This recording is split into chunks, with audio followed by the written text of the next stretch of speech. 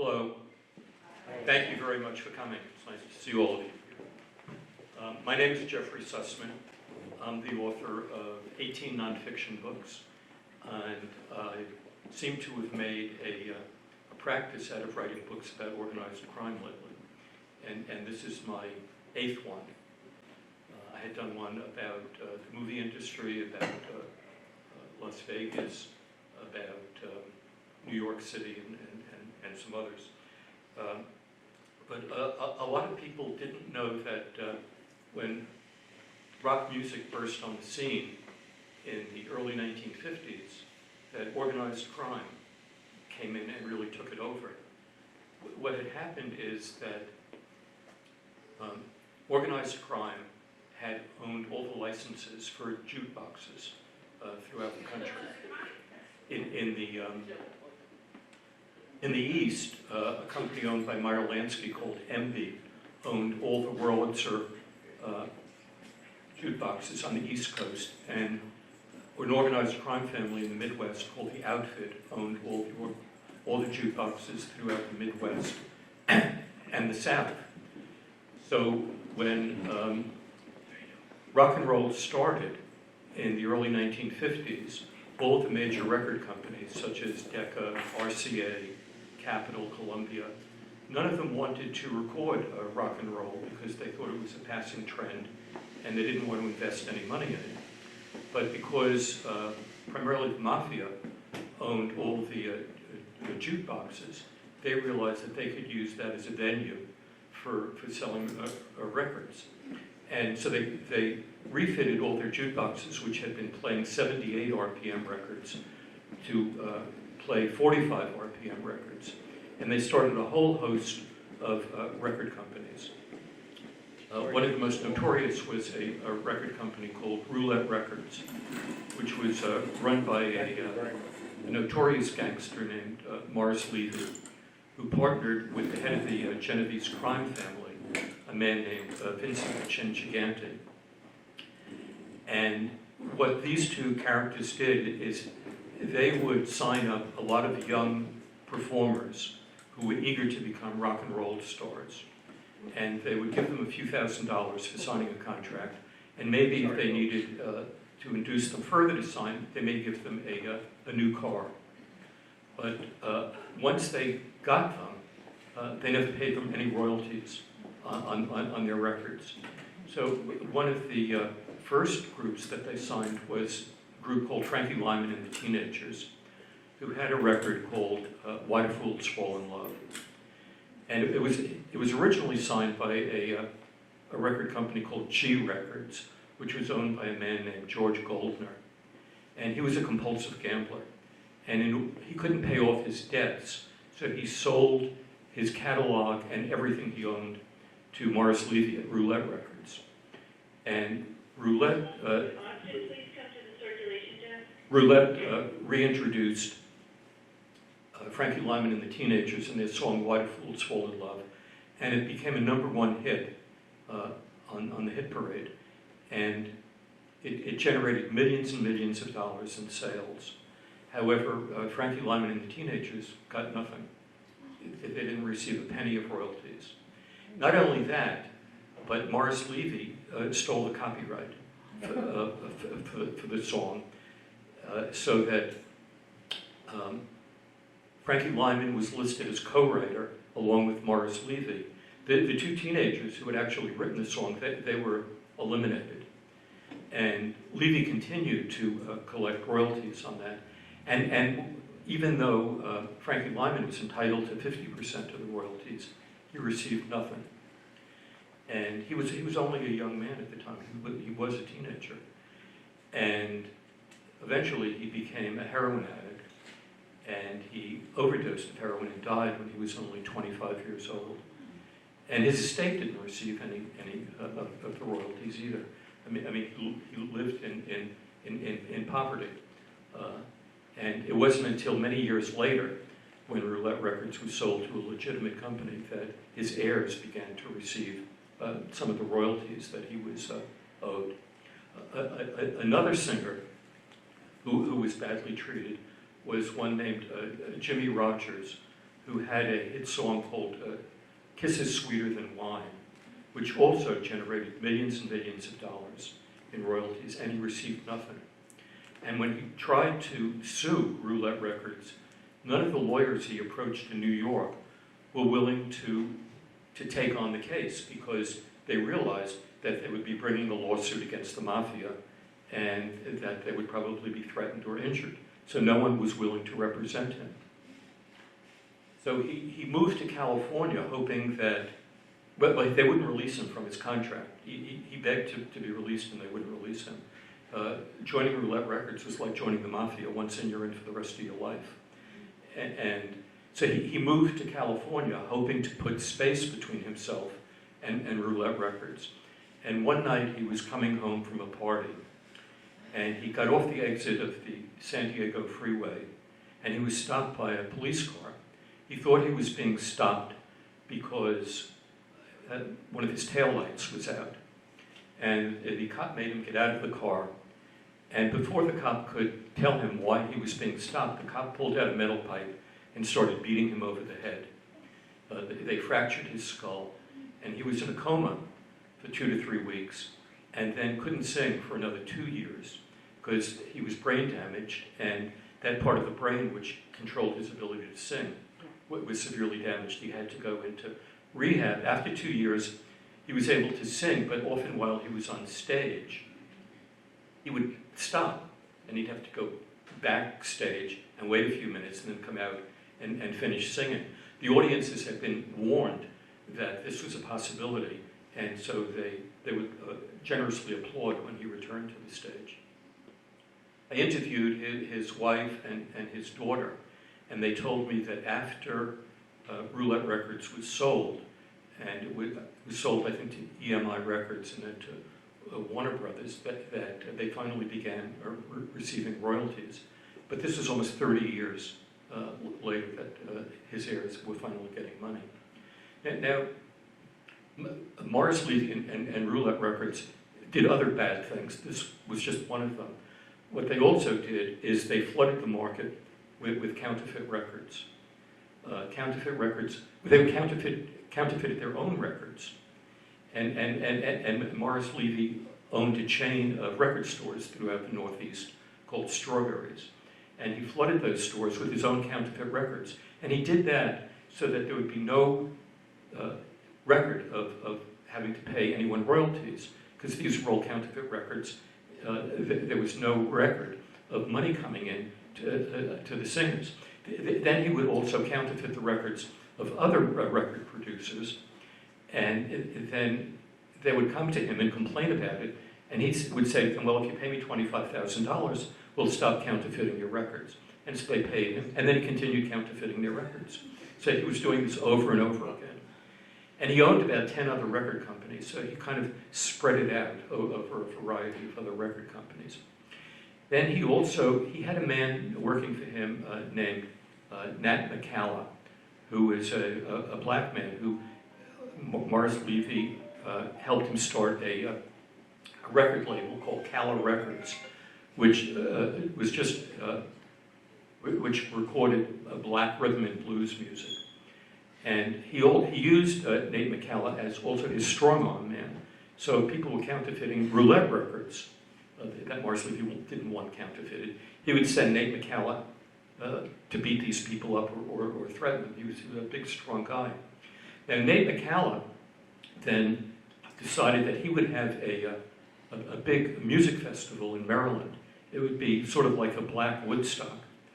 And he got the Genovese crime family to finance this. And after the concert, he absconded with a lot of the money from the concert and disappeared to Florida. About a month later, he was found in a hotel room. He had been shot in the head twice. But Morris Levy continued to run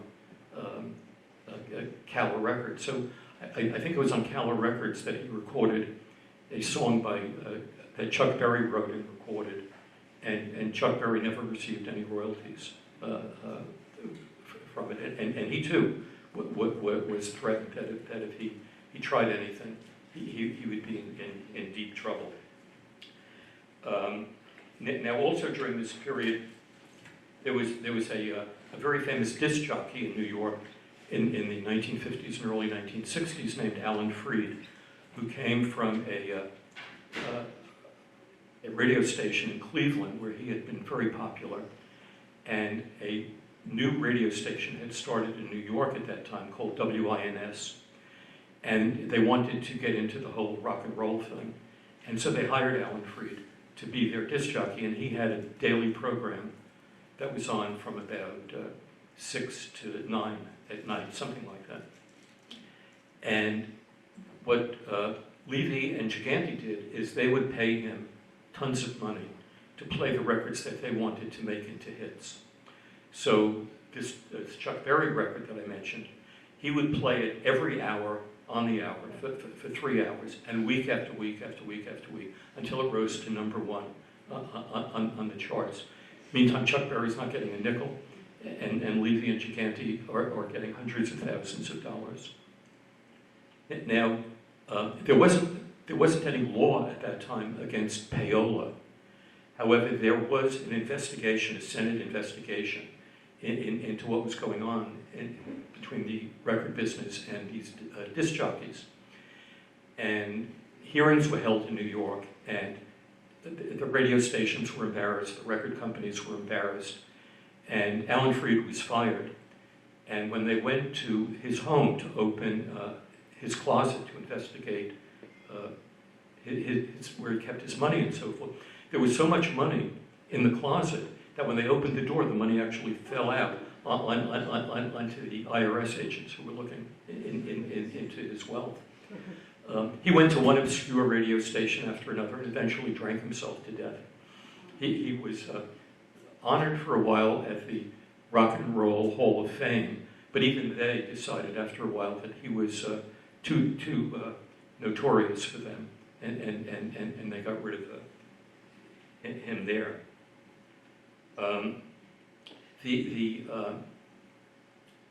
Morris Levy was eventually indicted for extortion, loan sharking, and embezzlement, and he was found guilty, and he was sentenced to 10 years in prison. However, he had cancer at the time, and a month before he was supposed to start serving his sentence, he died, so he never wound up serving any time for the terrible things that he did. His record company was sold, and the Strawberry stores went into bankruptcy. Then there was another company that was very interesting in this. It was a very large, one of the largest entertainment companies in the country. It was called MCA, or the Music Corporation of America. And its president was a man named Lou Wasserman, who was also considered the biggest agent in Hollywood at the time.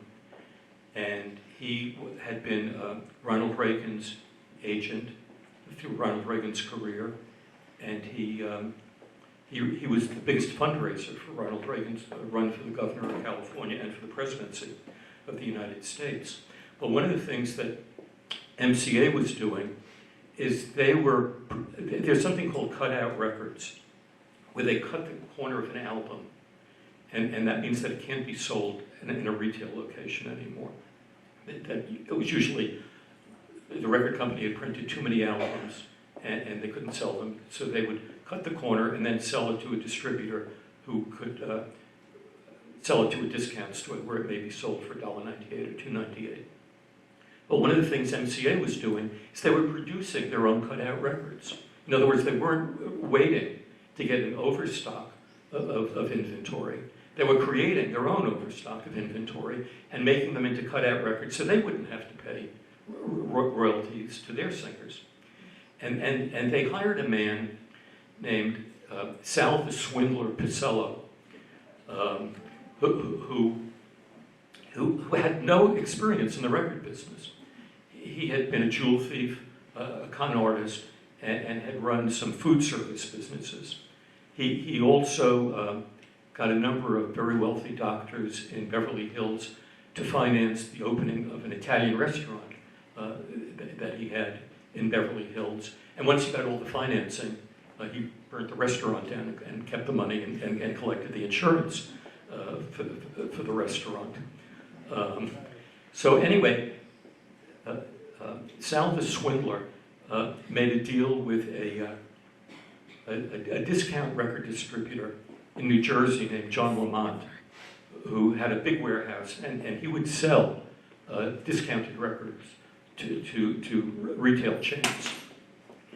And Sal Picello arranged for John Lamont to receive $4 million worth of cutout records. He would pay $1.5 million for them, and they would be delivered in 11 trailer trucks to his warehouse in New Jersey. Now, Sal also told him that though there were a lot of cutout records there would be $400,000 worth of full-priced records by famous artists that he could sell at full price. But however, when he inspected the inventory of what he received, all those records had been eliminated. Sal Picello had already sold them to somebody else. So John Lamont refused to pay the $1.5 million to Sal Picello. Now, Sal Picello, as you might expect, was partnered with Morris Levy and Vincent the Chin Gigante and a couple of other people who came to visit John Lamont. Two gangsters, one was named Sonny Bracco, and I think of the name of the other one. And they threatened John Lamont that he had to pay or they would destroy him. And he refused to pay. So they beat the crap out of him. He was in the hospital for 3 weeks. He had a broken jaw. His eye was dislocated from its socket. He had a crack in his skull. I saw photographs of him in the hospital. It looked like he had been hit by a train. Anyway, he finally agreed to testify against these people. And he had to go into the witness protection program afterwards because they would have killed him. Now, all this time, there was a U.S. attorney in Los Angeles named Marvin Rudnick who was going after Lou Wasserman and MCA for all their crooked dealings. Now, Lou Wasserman was getting very upset about this, so he went and spoke to Ronald Reagan, and Ronald Reagan spoke to his Attorney General, I think it was John Meese at the time, Edmund Meese, and they told Rudnick to lay off or he would be fired as U.S. Attorney. And he continued going, and eventually they did fire him, so he would not be able to bring any action against MCA. However, they did make a deal with him. They said, well, you can go after Sal Picello because he's basically not an employee of MCA. He's an independent contractor. We have nothing to do with what he's been doing. So Marvin Rudnick was able to win a conviction against Sal Picello, and Sal Picello went to prison for 2 years on an income tax evasion charge. And eventually, MCA ceased to exist. The other thing that was going on is a lot of the managers of a lot of these rock groups were feeding their clients heroin in order to control them. And not only were they giving them heroin to control them, but they were also the beneficiaries on multi-million-dollar life insurance policies that they took out for their clients. So they're giving the clients heroin, the client overdoses, and they collect millions of dollars. And it was an extraordinary thing that was going on. When I first graduated from college, I was hired to do public relations for something called Bill Graham's Fillmore East. And one of their clients was Jimi Hendrix. And I was coming back from lunch, and I went into my boss's office, and Jimi Hendrix was on the couch, passed out. And apparently, he had passed out from too much heroin. And you couldn't wake him up. I mean, you could shout, you could shake him, nothing would move him. And it was only a short time thereafter that he died of an overdose of heroin. And the same thing with Janis Joplin. Her manager received $1 million following her death. It's a very strange coincidence. There were 27 rock and roll stars who all overdosed at the age of 27. And it's a strange coincidence. I mean, there's been a lot of speculation about why that happened, but nobody knows. There was Brian Wilson from the Rolling Stones, there was Janis Joplin, and a whole host of others. Jim Morrison, yeah, exactly. And then in the 1990s, payola returned. It was finally illegal. It hadn't been illegal when Alan Freed was around, but it became a federal crime years later as a result of Alan Freed. And they found new ways of bribing disc jockeys that had never been done before. So rather than directly giving them cash, they could set up a shell company, where they could get a front person and they could send money to offshore banks that were in somebody else's name. There were all kinds of ways around it. And this became a big scandal. And there was a man named Joe Piney Armone, who was the liaison between the Gambino crime family and these independent record promoters who were getting millions of dollars. There were, I think, 8 or 9 major record promoters in the country, and in total, they were getting $50 million a year from the record companies to promote their records. And even though they would promote the records, not all these records became a big hit. So, for example, there was a Carly Simon album that the record company spent $700,000 to promote, and it never got onto the record charts. So these people were collecting money and making a fortune from things, and the results were not what the record companies had thought they would be. But this fellow, Joe Piney Armone, he was called Piney, by the way, because he controlled the sale of all Christmas trees in New York during the Christmas season.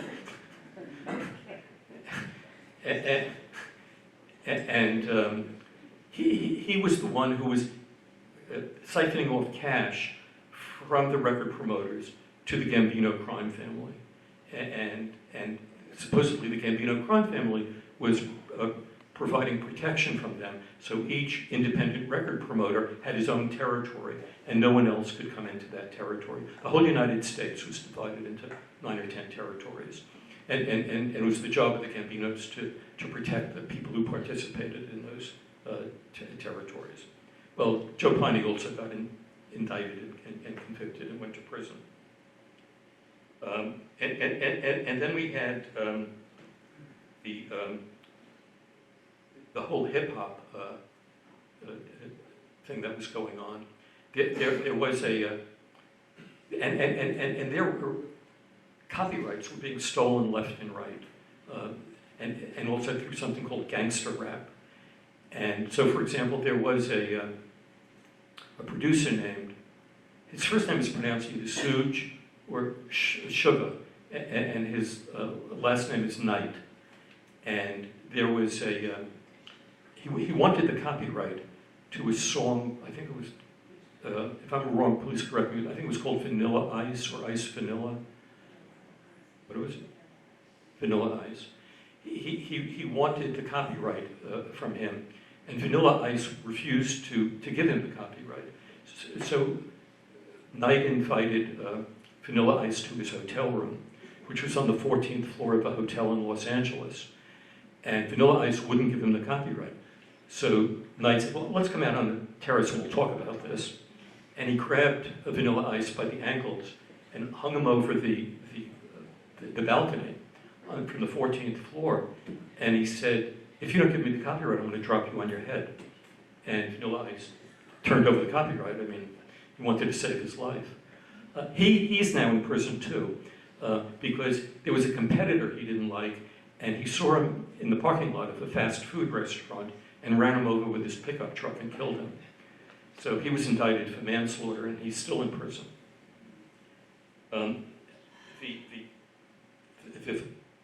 I also have a list in the book of all the hip-hop artists who were murdered by different gangs in the music business. And over a 15-year period, 87 hip-hop singers were murdered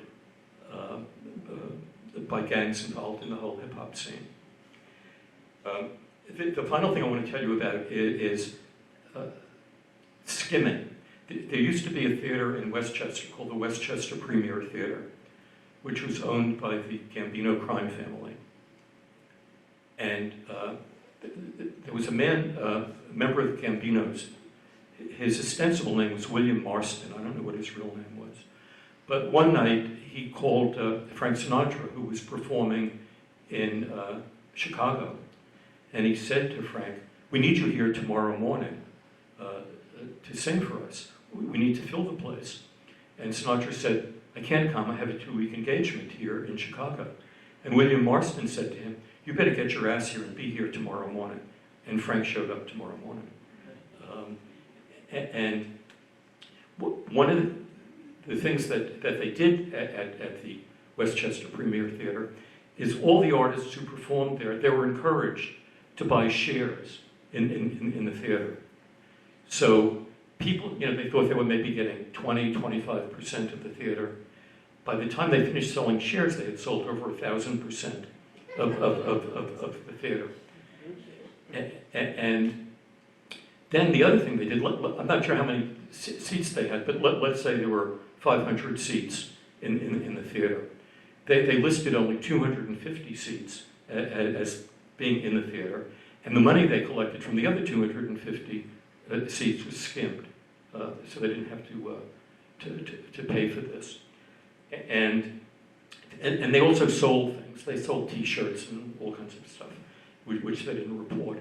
Now there was also another gangster named Jimmy the Weasel Fradiano, who for a brief period had been the head of the mafia in Los Angeles. The FBI had a low opinion of that mafia family. They called them the Mickey Mouse Mafia because they kept failing at whatever they did. And Weasel was eventually demoted from this, from being boss. And he was very angry with this. And he had a low-level position with the Gambinos at the theater. So he agreed to testify. And he became a government witness. And a number of people connected then with the Westchester Premier Theater were found guilty. And the Westchester Theater closed. Anyway, that's pretty much the story of my book. And I would be very happy to answer any questions that anyone has. Yes? Thank you. Welcome. This is a pretty esoteric subject. Have you received any threatening phone calls or letters? Not yet. As a writer, how did you come across this subject? So many things to write about. Oh, thank you. Nobody's really talking about this. Uh, Good reason. What happened was that I had written a book in, I think it was 2018 or 2019, called Big Apple Gangsters, The Rise and Decline of the Mob in New York. And one of the featured people in that was Bugsy Siegel. And Bugsy Siegel was very involved in Hollywood. So then I started doing research on what was going on in Hollywood, and I wrote a book on the research that I found called Tinseltown Gangsters, The Rise and Decline of the Mob in Hollywood. And also because Bugsy Siegel was very involved with Meyer Lansky in gambling, I started doing research, and I wrote a book called Sin City Gangsters, The Rise and Decline of the Mob in Las Vegas. Now, Las Vegas considers itself the entertainment capital of the world, and they have lots of entertainers who perform for a great deal of money. And two of the people I wrote about in that book were Frank Sinatra and Elvis Presley. And that led me then into writing about the music business. So one book sort of segued into another because there was an interest that passed from one subject to another. Do they still have a large influence today in the music industry? In the concert business. Right. Tickets 20 years ago were about $25. Now they're about $125. Right. There are a lot of recording artists whose concert venues are controlled by the mob. They're not in the record business anymore because the record business doesn't really exist the way it used to. Yes. Jeffrey, these stories seem both really well-kept secrets, but also in some ways really poorly kept secrets that sort of like everybody knows about, so that they behave in certain kinds of ways. I'm just curious about how they get this to all work and sort of operate over time without it falling apart in some way. Well, probably the threat of violence keeps a lot of people from talking about things, but what I was able to find was a lot of information on the internet. So, for example, I was able to read Frank Sinatra's FBI file, which is the largest file of any entertainer in the United States, and J. Edgar Hoover referred to him as a murderer. And there were incidents there that were not widely reported. So, for example, when he was, he used to perform at the Sands Hotel and Casino in Las Vegas. And when I was writing my book about Las Vegas, I interviewed a man named Tony Napoli, who managed just the casino part. And his father was a man named Jimmy the Nap Napoli, who controlled all the bookmaking on the East Coast for the Mafia. And he told me a story about Frank Sinatra, which I was able to double check with the sheriff of Las Vegas. And it was a fascinating story that Sinatra was playing blackjack and he was losing. He was down $50,000. And Howard Hughes had bought the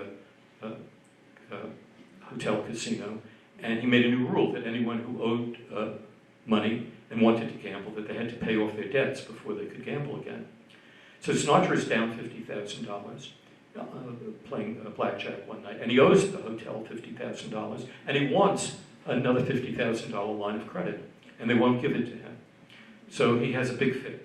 He starts throwing chairs around and screaming at people, and he goes into the hotel operator's room, and he demands that they call Carl Cohn, who is the manager of the hotel and casino, and who also owns a percentage of the casino. And they say, we can't disturb him. You know, it's 2 o'clock in the morning and he's sleeping. Anyway, Carl Cohn gets up at 6 o'clock. He's an early riser. And he learns what's going on. And he agrees to meet Sinatra in, I think it's called the Garden Room or the Gardenia Room at the casino. And they're sitting opposite one another in a booth. And Frank Sinatra has his friend and bodyguard, a guy named Gilly Rizzo, next to him. And Sinatra's calling Carl Cohn all sorts of names. And Carl Cohn said, I don't have to sit here and take this. You know, you're just a punk singer, and I'm the one who writes your checks, and if you're not happy, too bad. And so he gets up to leave, and Sinatra says to him, sit down, I just have a few more things that I want to say to you. And he calls Carl Cohn a dirty Jewish kike. And Carl Cohn picks up Sinatra by his shirt collars and punches him in the face and knocks out his 4 front teeth. Yeah. So just the week before, Frank Sinatra had ordered a hamburger in the restaurant, and it was not cooked to his liking. So he threw it against the wall and demanded that the waiter and the chef be fired. He treated the people who worked in the hotel very, very badly. So Tony Napoli had to drive him to an oral surgeon to have his lips sewn up. And then when Sinatra came back, he drove his golf cart through the plate glass window of the hotel. And when the staff at the hotel heard about all of this, they were delighted because they hated Sinatra. So they put up posters all over Las Vegas, a picture of Sinatra with his 4 front teeth blacked out, and a sign above it saying, vote for Carl Cohn for mayor.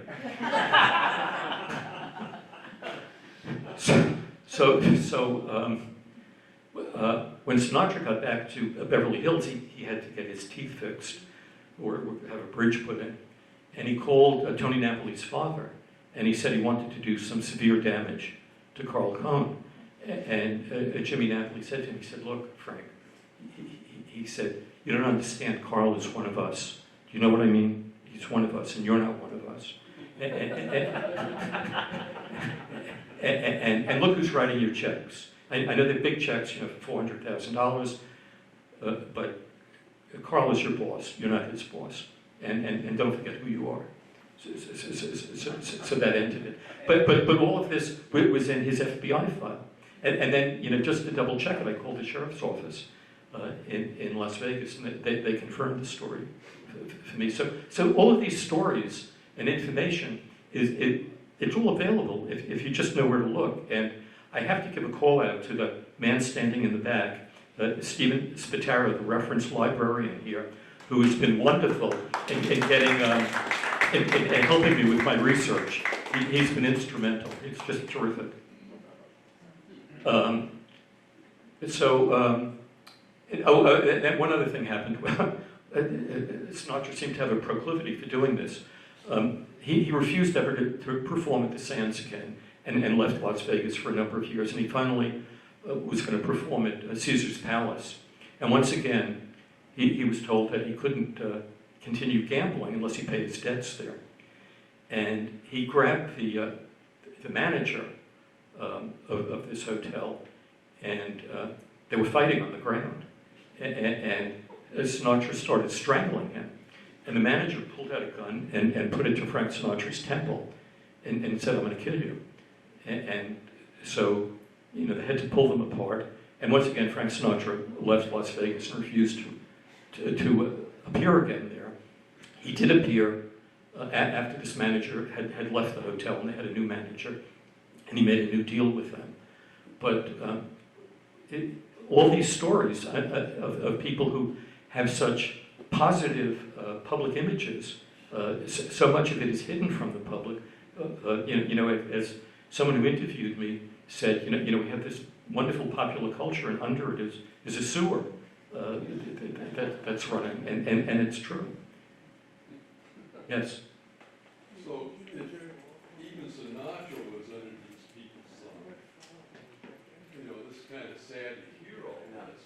You know, it's kind of, you know, was it really all that prevalent? I'm wondering, you know, like, did you ever hear of Gene Chandler? Do you recall in your studies? He did the song Duke of Earl. I know this song. And I remember the day, and it's just part of my history. I mean, a total history. You know, and on and on and on. You can go on with all the way to Hendrix, the Grateful Dead. And, you know, and I saw Billy Graham, you know, from here to there. And he was not a nice guy. And he was. I mean, it completely blew my mind. I thought it was all peace and love and flowers and, Wasn't. you know, or whatever. But he was an asshole. He was a nasty man. Yeah.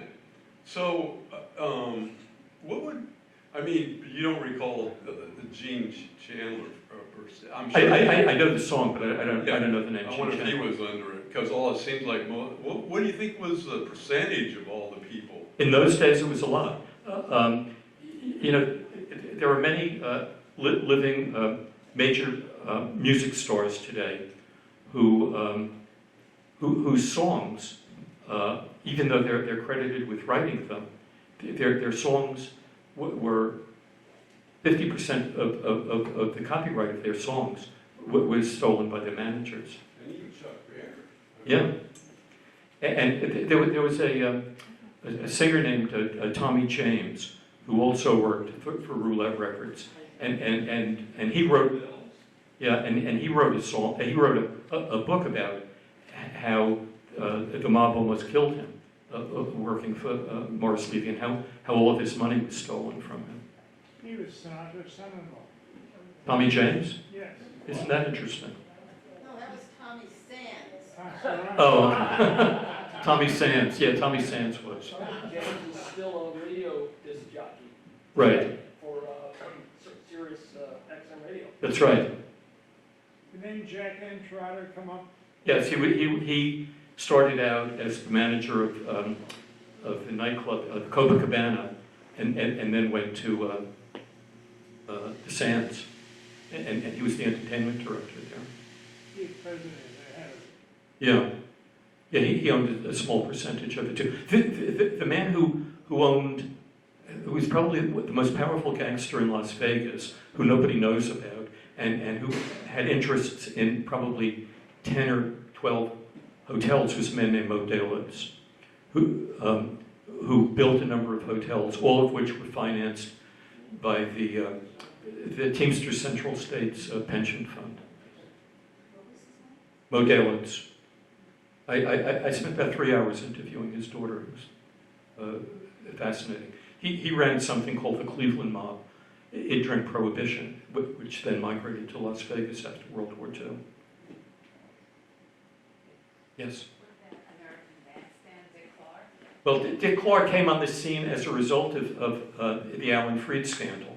They wanted somebody who was very clean-cut, who was, like America's Boy Scout, who nothing bad would stick to him.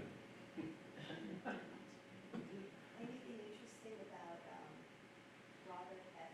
Sussman, or Ron Delsner, or I'm forgetting, these people I work with. Ahmet Erdogan was a legitimate person. From what I... Stephen Ross, one of communications, he got in trouble also. Stephen Ross was Yeah, had a lot of problems. Yeah. And he's buried in Green River Cemetery out here. Anyone hear about these guys? No, I didn't put them in there. Yes. So if the moms control the jukebox industry, I'm just wondering, the normal royalty would be based on record sales. And was there a different royalty scheme for jukeboxes? Because really there's just one record being sold and it's being sold for commercial purposes. Right. So first I'm wondering, is there a different royalty model that they then just weren't paying at all? They didn't adhere to any model. They created their own rules as they went along. So one of the things that they did with jukeboxes is you had to have a monthly service contract, and the contract had to be, the jukebox had to be serviced by one of their technicians who belonged to a union that they created and controlled. And they put a sticker on every jukebox, and if that jukebox didn't have the sticker on it, they would take a lot more money from you. So when they initially installed the jukeboxes, they agreed to split the revenue 50-50 with the venue that had the jukebox. But after a year or two, they changed it to 70-30. My other question is, if there's situations, like you're saying, where they would falsely take 50% ownership of anything that they were publishing. And then during hip-hop, in the initial phase of it, there's all this sampling going on, where the holders of the copyrights are not being paid for those samples. And I'm just wondering if that then placed the mob on the other side of the table, where now producers are making money, even if they hold the copyrights improperly, they're the copyright holders that are not getting paid. Until there's a new group of legislation that comes in to determine sampling revenues. So how many copies of a sample are you going to print? And eventually, are you ever going to begin to sell those samples as legitimate records? Once they did actually work out the revenue model, James Brown got rich again. So the answer is a lot of money, because it's the right to. It's no different than using a song in a movie. You have to negotiate it, or else they can enjoin you from selling any copies. Right. So, and I'm just wondering if then, the mob ends up on the other side of this, and now is using their lawyers to push through a legislation so that they do get their revenue. Because there was a lot of revenue there. And now, I think the rule is 7 notes. More than 7 notes, you pay. Right.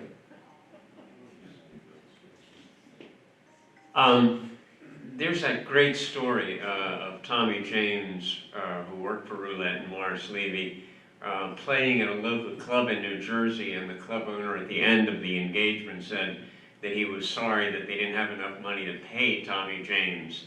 And so Tommy said, I understand, can I use the phone and call up my boss, Morris Levy, and tell him that? And the club manager said, I've got your money, Tommy. He did talk about that he always got paid. The other artists didn't get paid on the bill, but he always got paid because he had guys traveling.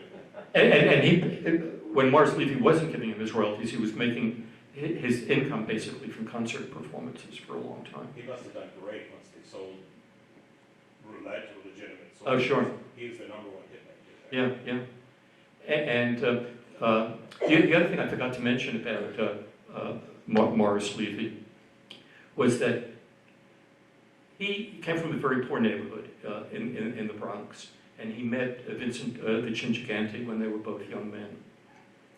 And Morris Levy quit school in the 8th grade. He was a very smart guy, I mean, in addition to being brutal and vicious.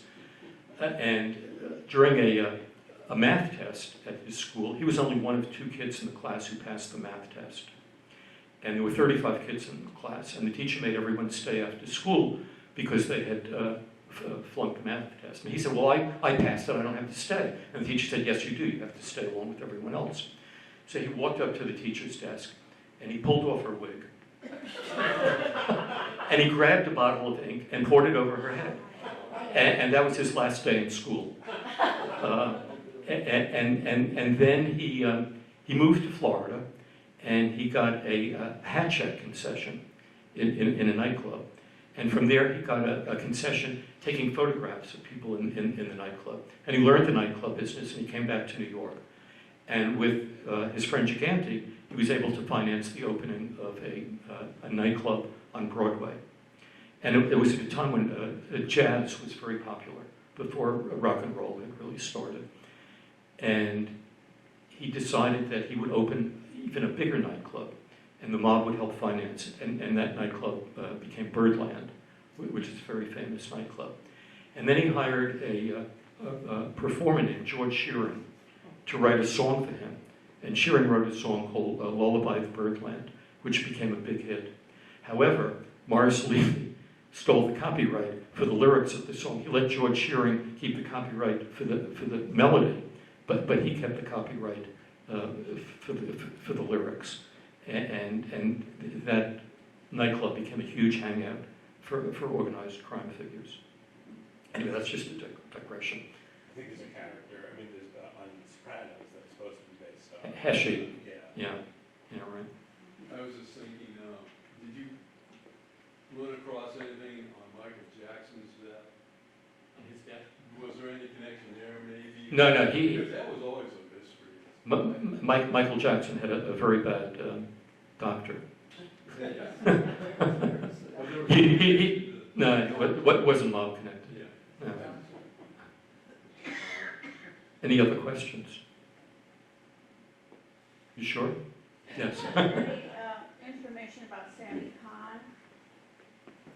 Sammy Khan was like Frank Sinatra's personal songwriter in many ways, and they had a very, very close relationship. And they were involved in some scheme or scam regarding the, what is it called, that club, the Friars Club in Los Angeles, but I don't know the details of it. Yes? Did you publish this book? Who publishes this book? The company that's been publishing all of my books is a company called Roman and Littlefield. And they're one of the largest independent publishers now in the United States. They also own 10 other publishing companies and a number of university presses. The courage and openness to write on this subject, do they also support you in this? They've been very good to me. They've let me write pretty much everything that I want. I write a proposal and a sample chapter and an outline, and I submit it to them, and they submit it to an editorial committee, and they like it. There seems to be an insatiable appetite for books about organized crime. Is it hard to get some of the insiders to share information? Some people won't talk, and there are others. There are old gangsters who they'll talk for a little while, but they say that you better not use my name. And so when I got to interview Tony Napoli, I had to go through 2 other people and leave a message on his answering machine that so-and-so suggested that I call him. And then 2 days later, he called me back, and that's how I interviewed him. So when you're stealing a copyright, are you just writing your name on a piece of paper and saying it's yours? No, it's filed with the government. Though there are side deals also. So, even though a song may legitimately be copyrighted by someone, the copyright owner then may have a contract with somebody that he has to pay 50% of the royalties to that person. And there have been a number of very famous singers who discovered after a couple of years that their manager or whomever was getting a large percentage of their royalty because they had signed a deal with that manager to do that. And one of the advantages of getting a client strung out on heroin is that they never read the fine print. You think that was the case with Rolling Stone? Did you go research that far?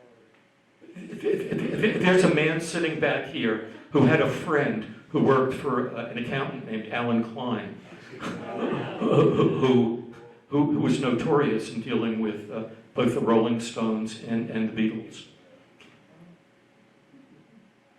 I think those managers, and the Led Zeppelin thing is kind of Peter, but they're like, they're one-man mobsters. They're like, they push back at that because they are so aggressive and criminally minded themselves. Yeah. I mean, look, if you have a chance, look at the history of Albert Grossman. Oh yeah, no, Grossman, sure. And that's amazing because, is Bob Dylan as big a star as he would be if Grossman wasn't selling his songs to all these other artists that he had? I think that's the reason why Bob Dylan has the most covered songs is because the guy who's making the money from that is Grossman. Grossman's dead, but you're right. Right, yeah, at that time. Yeah. There's enough for him to build a town, pretty much did he build Woodstock. And a big restaurant, too. Yeah. Yes. My brother signed with Bootlegged Records back he was a teenager in the 60s. Really? He played at the Electric Circus, Arthur, Oh, sure. and he was on the Jerry Lewis Telethon and Upbeat, a couple of these shows.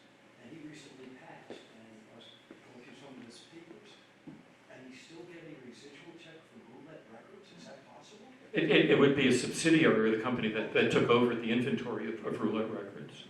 Because that's what happened with Jimmy Rogers.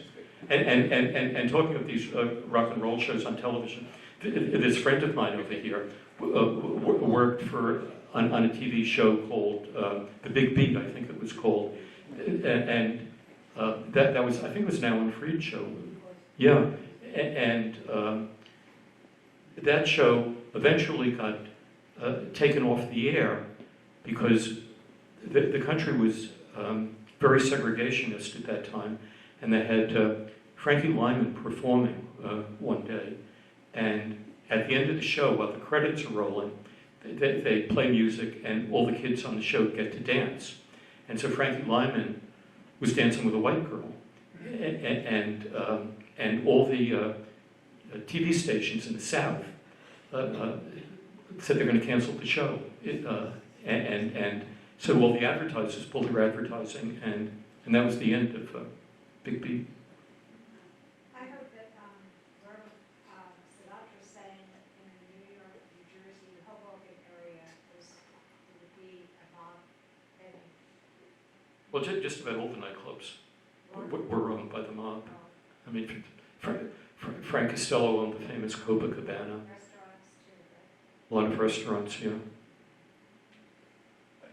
I'm wondering if it would be interesting to find out what the royalty structure is now with streaming, and whether it's more or less criminal than,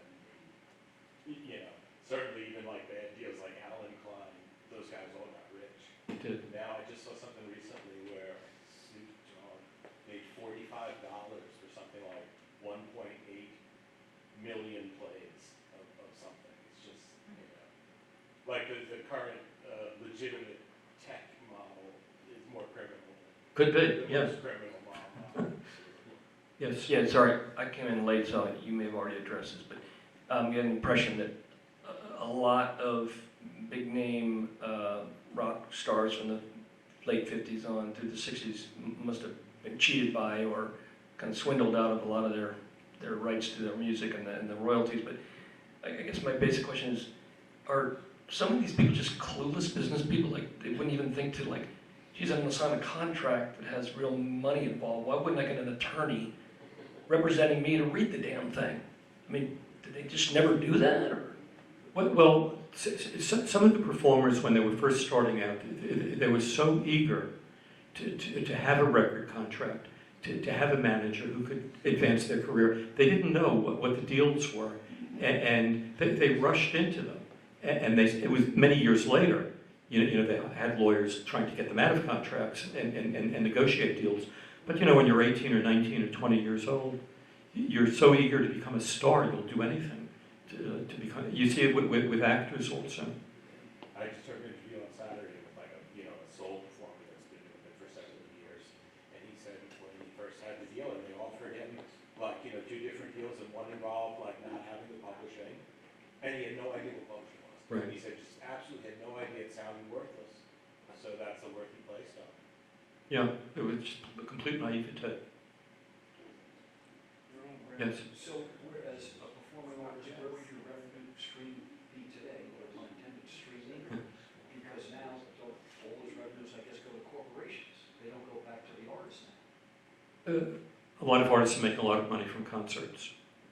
Live venues. Yeah, concerts. I mean, That's why they're still out touring. yeah, I mean, you have Mick Jagger, who's in his 80s, touring and making a fortune. Someone asked him when he was 60, don't you think you're too old to do this? And he said no. 20 years later, he's still doing it. They produce their own. Like the Rolling Stones control their own thing Oh yeah. more than anybody. You deal with the Rolling Stones. I'm sure they have a manager, but that manager is not making the big decisions. No. I mean, a long time ago, they were taken advantage of, but for a long time they haven't been. They're smart. They know what they're doing. Yeah. Yes. Well, yeah, obviously you have a very good knowledge of the background of that industry, which is the entertainment industry, basically.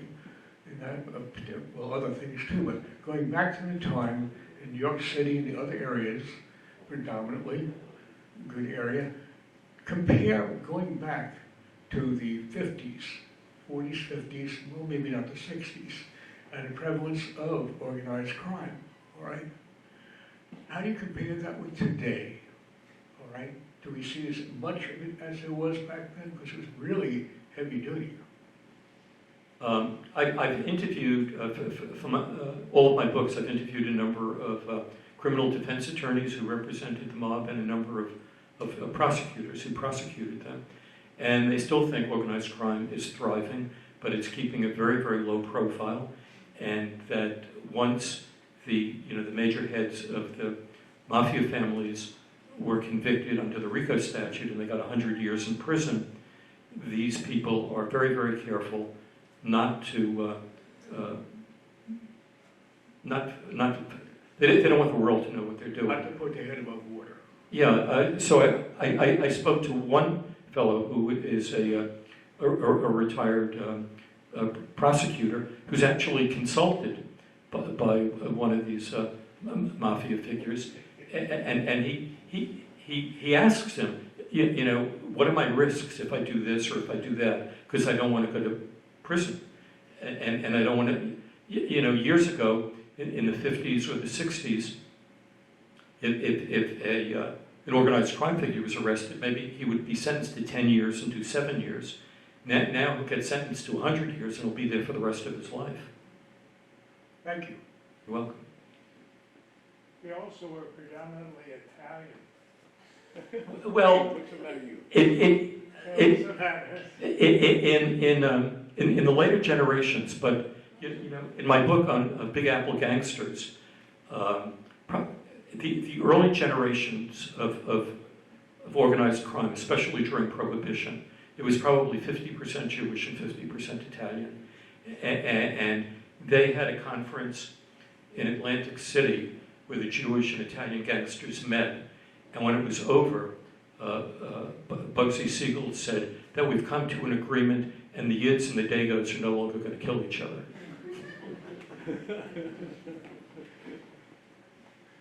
Yes. And what about the major unions' influences on, the stages, stagehands, and different theaters, are they very much involved with?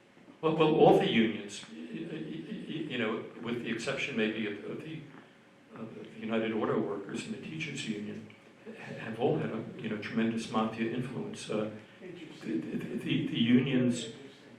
One of the things that the mafia made a lot of money from was labor relations.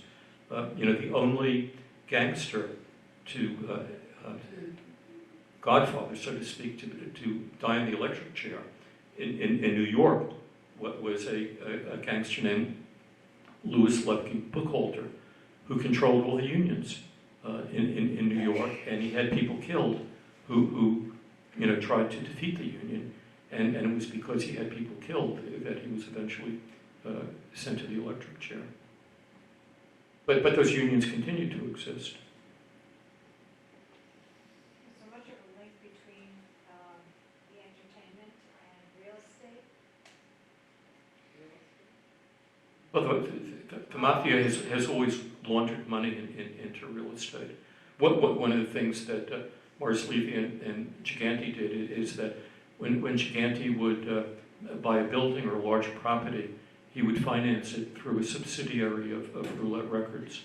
And that subsidiary would be on the deed as the owner rather than Vincent Giganti. Yes?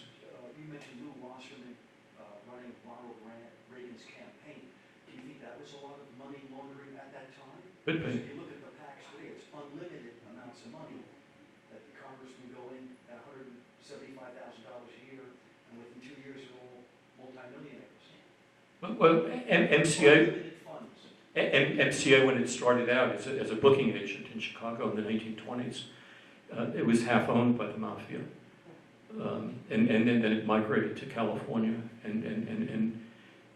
but it was primarily a talent agency, and there was a law that a talent agency couldn't produce movies or own a TV studio, and Lou Wasserman prevailed upon Ronald Reagan's Justice Department to eliminate that, so that MCA then was able to produce movies and television shows as well as being a major talent agency. I don't know. Any influence of a William Morris agency? That was a talent I don't know. I just know about MCA because it was primarily in the music business. And it started out as a booking agency for musicians.